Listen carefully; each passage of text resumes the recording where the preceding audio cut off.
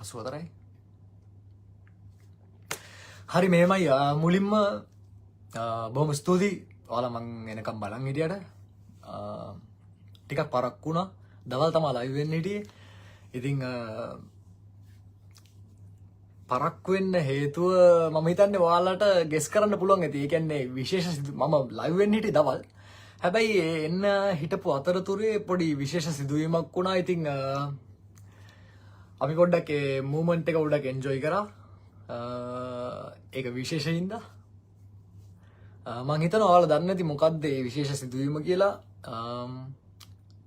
ලංකාවේ පළවෙනි පාරට හිප් හොප් රැප් සින්දුවක් එක දවසින් 1 million views reach කරනවා. ඉතින් ඒක මුළු රැප් ඉන්ඩස්ට්‍රි එකටම හැම රැප කෙනෙක්ටම රැප් පාන හැමෝටම ලොකු වින් එකක්. ඒක මම හිතන්නේ ඒක මේ මගේ විතරක් නෙමෙයි ඒක අපි හැමෝගෙම වින් එකක් කියලා මං හිතන්නේ. ඒක මොකද මේ කලින් එහෙම දෙයක් වෙලා නැහැ. මේක දැන් බ්ලාස්ට් වෙලා තින්නේ. හරි එතකොට මේ මම ඒක දිහා දැක්කම මට පොඩ්ඩක් මම තේරුම් ගත්ත දෙයක් තමයි ඒ කියන්නේ දැන් රැප් අහන්න අලුත් අසන්නන් පිරිසක් එකතු වෙලා තියෙනවා. ඒ කියන්නේ අලුත් ෆෑන් බේස් එකක් හැදිලා තියෙනවා. මොකද නැත්තම් ඒ විදිහට views යන්නේ නැහැ. ඉතින් එතකොට ඒ අලුත් කට්ටිය අලුතෙන් රැප් අහන්න පටන් ගත්ත කට්ටිය ළඟදි රැප් අහන්න පටන් ගත්ත කට්ටිය අතරෙත් ඉන්නවා සාමාන්‍ය රැප් ගැන දන්න අය ඉන්නවා සහ රැප් ගැන නොදන්න අය ඉන්නවා නේ. එතකොට මම හිතුවා මොකද පොඩි දෝෂාරෝපණ එහෙම එල්ල වුණා පොඩි සමහර තැන්වල. ඒ කියන්නේ ඒගොල්ලන්ට අවබෝධයක් නැති හින්දා මේ මොකද්ද මේ වෙන්නේ කියලා නිකම් මේ කොල්ල දෙන්නෙක් එහෙම මරා ගන්නවා. ඒ කියන්නේ ඒ වගේ අවබෝධයක් ඒ වගේ අයිඩියා එකක් ගිය කට්ටිය ඉන්නවනේ. ඉතින් මම ඒගොල්ලන්ට පොඩ්ඩක් මේ ගැන මම පැහැදිලි කරන්න හිතුවා. මොකද ඒක හොඳයි කියලා හිතුණා මට. මොකද දැන් යූත් එකේ කට්ටිය දන්නවා මම හිතන්නේ යූත් එකේට නම් මේක තේරුම් ගන්න පුළුවන් මොකද්ද සීන් එක කියලා. හැබැයි මේ පොඩ වැඩිහිටි කට්ටිය සහ දරුවොත් ඉන්නවා. එතකොට ඉතින් එයාලට වැරදි අදහසක් යන්න පුළුවන් මේ මොකද්ද මේ වෙන්නේ කියලා. මම හිතුවා ඉතින් ඒක ගැන පොඩ්ඩක් කතා කරන්න. ඒ හින්දා ඒක තමයි මගේ පර්පස් එක මේක කරන එකේ. එතකොට මම මුලින්ම කතා කරමු මොනවද ඩිස් කියන්නේ කියලා. හරිද? ඩිස් රැප් එකක් කියලා කියන්නේ දැන් ඇහුව ගමම කවුරු හරි කියේ මේ කුණුහරුපෙන් බැන ගන්නවා එහෙම කියලා. හරිද? පළවෙනි දේ තමයි ඩිස් කියලා කියන්නේ මේ ඩිස් කියලා කියන්නේ මේ රැප් කියන සම්පූර්ණ එකේ ඇතුලේ තියෙන පොඩි කැටගරි එකක් විතරයි ඩිස් රැප් කියලා කියන්නේ. ඒ හින්දා පළවෙනි දේ තමයි මම ඔයාලගෙන් ඉල්ලනවා ඩිස් රැප් වලින් රැප් කියන ඉන්ඩස්ට්‍රි එක මනින්න එපා. හරිද? එතකොට ඩිස් රැප් එකක් කියලා කියන්නේ මොකද්ද? හරි මෙහෙමයි. දැන් සාමාන්‍යයෙන් අපි හැමෝම දන්නවා දැන් මිනිස්සුත් එක්ක වැඩ කරද්දී ඕන දැනක පොඩි ගැටලුකාරී තත් ඇති වෙනවනේ. ඒ කියන්නේ හැමෝම හරි සාමෙන්ම ඉන්න එකක් නෙමෙයි මෙතන තියෙන්නේ. ඒ කියන්නේ යම් ගැටලුකාරී තත් ඇති වෙන්න පුළුවන් වැඩ කරද්දී ඒකට.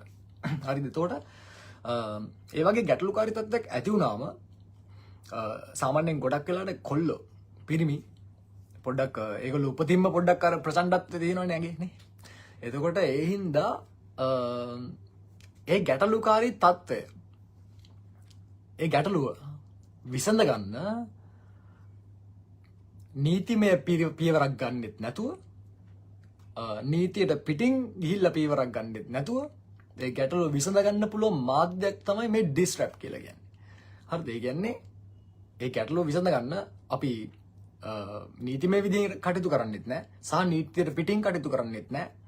මේ සෙල්ලම ඇතුලේ රැප් ගේම් එක ඇතුලේ වචන වලින් මේක විසඳ ගන්නවා. එතකොට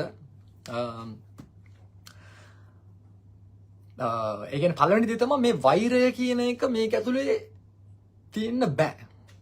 ඒ කියන්නේ ඩිස් රැප් එකක් තියෙන්නේ මේ වෛරය පිරිමහ ගන්න නෙමෙයි ඇත්තටම. ඒ කියන්නේ ඩිස් රැප් එකක් තියෙන්නේ ඔයාලට මොකක් හරි කාත් එක්ක හරි මොකක් හරි ඒ කියන්නේ එහෙම තියෙනවා නම් ඒක මේ බැනලා ඒක පිරිමහ ගැනීම ඒක නෙමෙයි මෙතන තියෙන්නේ.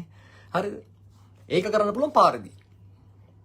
ඔයාලට වෛරය පිරිමහ ඒ කියන්නේ මේ රැප් කලාව ඇතුළට මේ ගේම් එක ඇතුළට වෛරය ගේන්නේ නැහැ.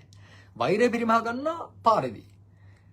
ගේම් එක ඇතුළට ගේන්නේ කම්පිටිෂන් එක. හරිද?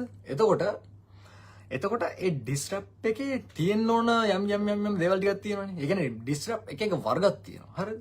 එතකොට ඩිස්රප් වර්ග තියෙනවා, ඩිරෙක්ට් ඩිස් තියෙනවා. එතකොට ඒ ඩිරෙක්ට් ඩිස් එක රිප්ලයි ඩිස් එකක් තියෙනවා. සබ්ලිමිනල් ඩිස් තියෙනවා. එතකොට ඒ වගේ ක්‍රූ එකකින් ක්‍රූ එකකට ගහන්න පුළුවන් ඩිස් තියෙනවා. ඒ කියන්නේ ඒ තියෙන ප්‍රශ්නේ ප්‍රජාවක් ඉස්සරහට ගෙනල්ලා ලිරිකල් කම්බැට් එකක් කියන්නේ. ඒ කියන්නේ ඔයාගේ වචන කඩුවක් විදිහට පාවිච්චි කරලා බැටල් එකක්, යුද්ධයක්. ඒක තමයි මෙතන වෙන්නේ. හරිද? එතකොට මම හිතුවා දැන් මේ බ්ලාස්ට් එක වෙන්න හේතුව මේ බ්ලාස්ට් එක වෙන්න හේතු වෙච්ච රැප් දෙකක් තියෙනවානේ. ඒ කියන්නේ Zeni මට කරපු ඩිරෙක්ට් ඩිස් එකයි සහ මම Zeniට කරපු රිප්ලයි ඩිස් එක. හරිද? එතකොට මුලින්ම එන්න කතාව පටන් ගත්තේ මෙහෙමයි.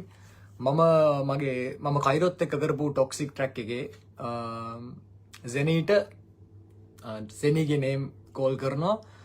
මන් දන්නවා සැනී නම් කළ හැංගී ඒ කාලේ ඩිස් කියලා මම ඒ වගේ බාරයක් ගන්නවා. ඒකට මම මේ බාරයක් ගන්න හේතුව ඇත්තටම දැන් ටික කාලයකට කලින් මම හිතනවා ඕගොල්ලෝ අහලා ඇති කියලා Zeni ඉන්සේන්ගේ සහ ස්පින් ස්පීටර්ගේ පොඩි කතා බහක් තියෙන වොයිස් රෙකෝඩ් එකක් ලීක් වුණා.